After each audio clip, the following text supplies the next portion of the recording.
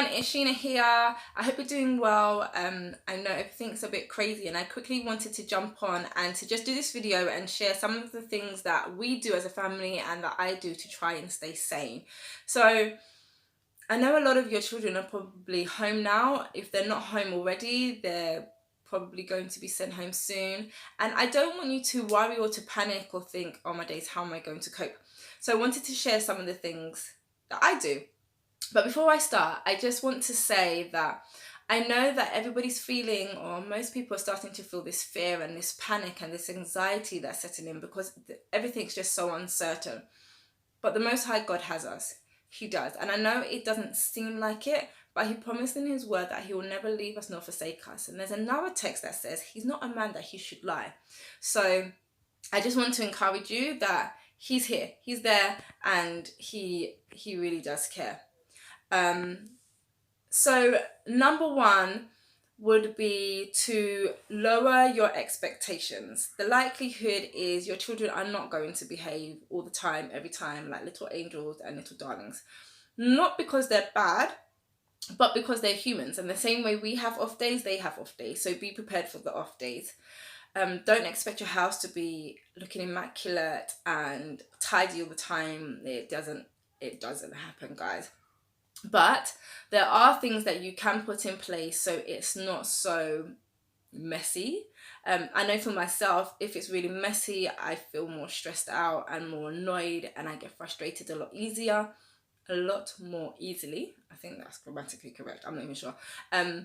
So things like having quick clean-up sweeps throughout the day, encouraging the children to tidy up before they move on to the next activity, washing up as you go, don't leave it all to the end of the day, giving children set tasks that they have to do, but make it fun, like play music, put on a timer, just make it as fun as possible. Another thing that I do is I would suggest is don't see the day as a whole day. Break it into sections. And I used to do this a lot, especially when my girls were babies. So I didn't have to get to the end of the day. I just had to get to snack time, or I just had to get to lunchtime or dinner time. So it became more manageable. It didn't seem so overwhelming and more challenging and difficult. And that's really good for helping with the routine as well. So you might say, all right, everybody, we're doing schooling in the morning up until snack time, and then after snack time we're doing arts and crafts together or exercise or whatever it might be until lunchtime, and then you have lunchtime, and then they have quiet time, which is another thing I highly recommend. I highly recommend having quiet time where you just sit and be still. Be still. It could be in their bedroom, it could be when they have a nap, they could be reading. Quiet time looks different to everybody, because everybody's family is different, and that's something I always say. But I highly recommend quiet time, especially for your sanity as a mum or as the dad who is at home, or both. Having the different sections also helps everybody to know what they're doing, especially in the routine, so they know, let them know what time lunchtime is and what time dinner time is. And so hopefully it also reduces, can I eat this? Can I eat this? Can I eat this? Because the likelihood is they're going to eat a lot more now that they're home. And if they know that there's set times to eat, not only is it great for their health, actually is scientifically proven better for your health, not to snack and to have set meals, but also it will help you to keep account of the food that's eaten and try to keep the food for as long as possible. Okay, so here's the big B word, boredom. Or I'm bored. Being bored is okay. It's a good idea to have some space for them to be bored.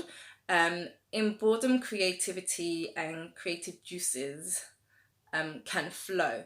So I highly recommend that you have a portion of the day for free play, where they can learn to just be imaginative, inventive, creative, and enjoy that space. The likelihood is that might be challenging at the beginning, especially because in schools it's very they're almost told what to do at each moment of the day.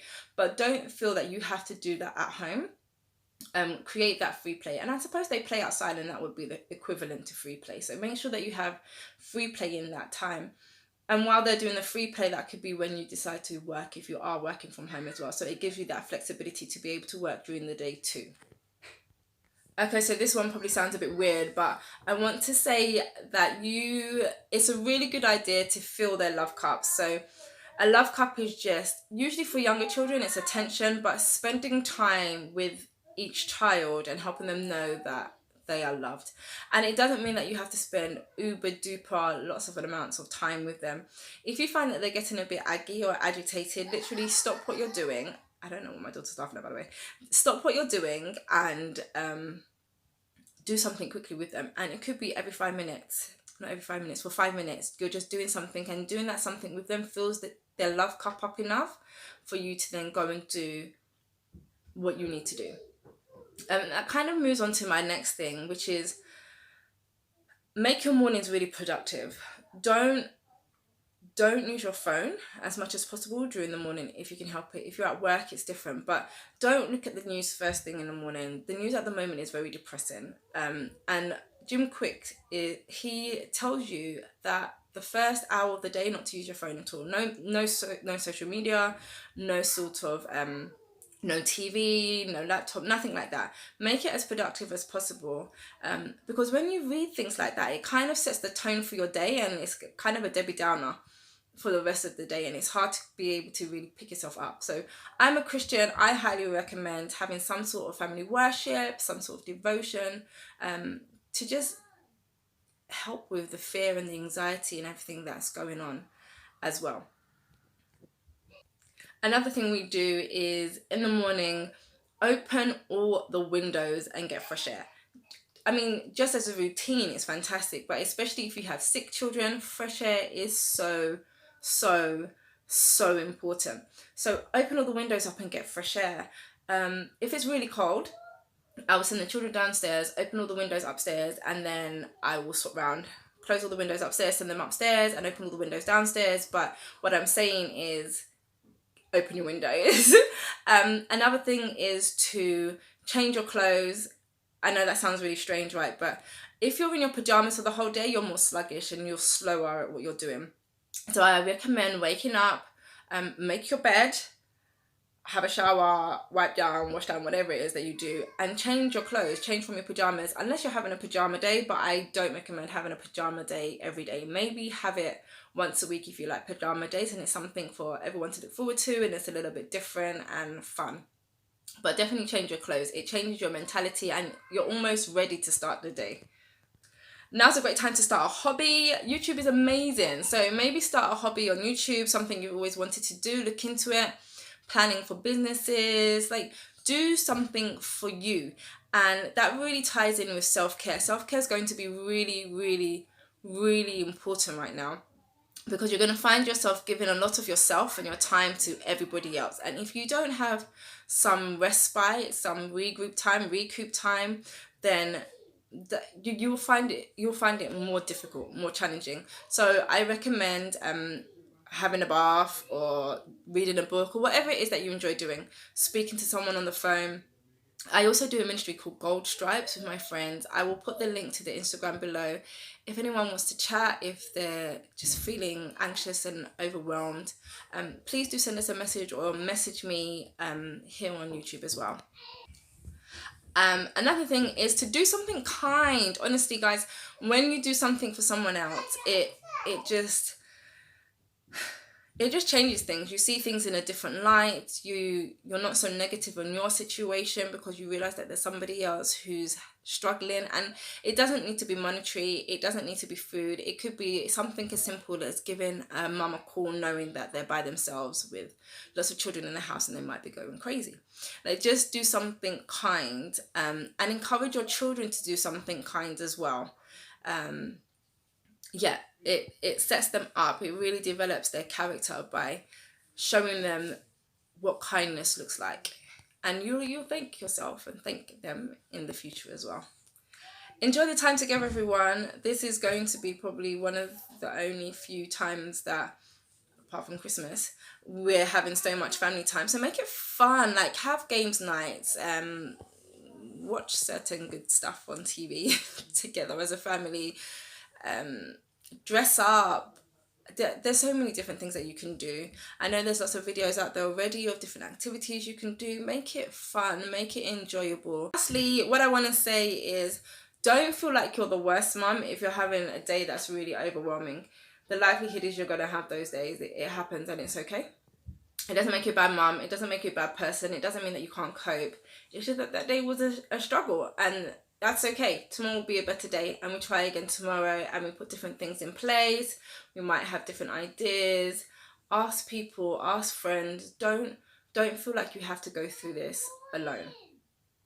And so I wanted to also end, I know there's a lot of tips and ideas, but I wanted to also end on thinking outside of the box. Think outside the box in terms of, there's not much Dettol left and cleaner and stuff, but you can use vinegar. Vinegar's good. Might not be as good, but it's something. If your children are in nappies and they're old enough to be potty trained, do you know what? You're going to be in for a little while.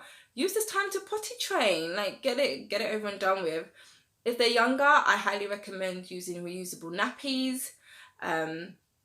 If you have the money and you're able to, I highly recommend getting a distiller as well, a water distiller, so that if you do run out of bottled water, you can still drink. So you can distill or clean your tap water.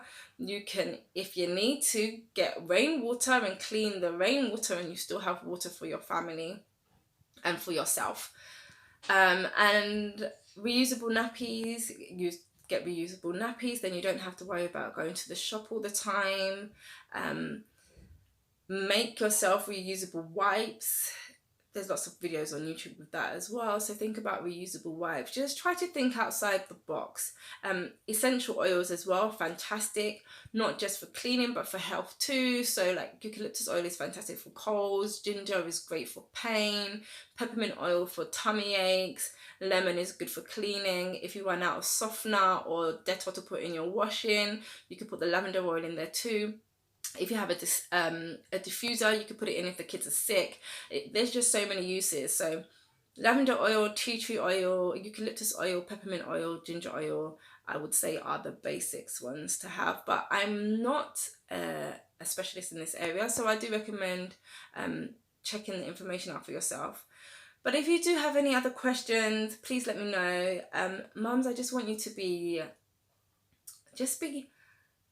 don't be too hard on yourselves. Don't be too worried. Don't fear. Like, the Most High God honestly has it under control, and you just do the best that you can do. Remember that you are fantastic. You are amazing, and you can do this. Be bold, be determined, be amazing. So have a great day. Smile. Hopefully the sun comes out. If you have a garden, go in the garden, get some fresh air. Lots of hugs and kisses, guys. Stay safe. Stay sane. Ciao, mamacita.